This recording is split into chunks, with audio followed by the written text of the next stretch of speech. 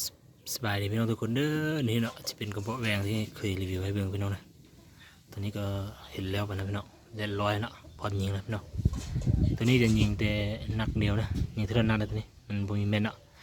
ตอนเห็นนี่ก็คิดว่าจะเห็นแม่ใจแต่ว่างบบ่พอพี่น้องงบบ่พอยิงเท่านั้นไปก่อนนะเดี๋ยวมีงบแล้วจึง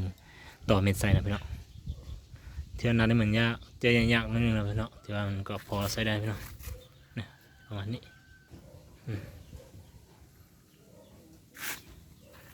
พอใส่ได้พี่น้องกล้องตัวนี้จะเป็นของยูบีนะพี่น้องกล้องยูบีนะบ่เป็นยูบีกล้องเวทเวทเตอร์เนาะเวทเตอร์นี่บ่เป็นเวทเตอร์ติดตัวนี้เป็นเวทเตอร์4/6คูณ44เนาะ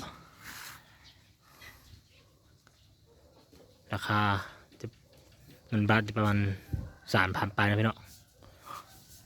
ก็ไม่ได้แพงเนาะเงินกีก็ประมาณ2 ล้านปลายแล้วตัวนี้ทางข้างสติกเกอร์จะเป็นนี้เนาะ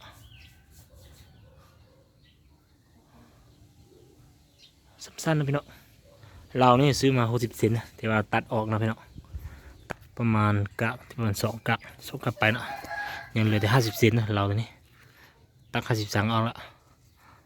ตัวนี้เป็นงานก็10 เซนนะงานยกแขนนะพี่น้อง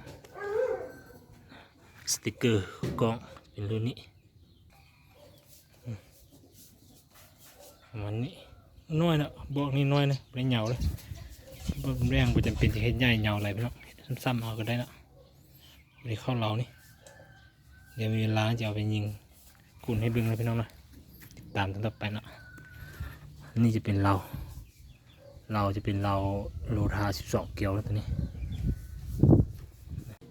นี่จะเป็นเสียงเราแล้วปี2025เรารุ่นนี้ก็ไม่เคยใช้แต่ตัวรุ่น2000นะ2022กับ2024นะ2023นะ2025นี่ไม่เคยใช้นะเดี๋ยวลองยิงเป้าให้มันเข้าเป้าพี่น้องยังไม่ได้อนามัยนะเมียงตัวนี้พี่น้องติดเมียงพี่น้อง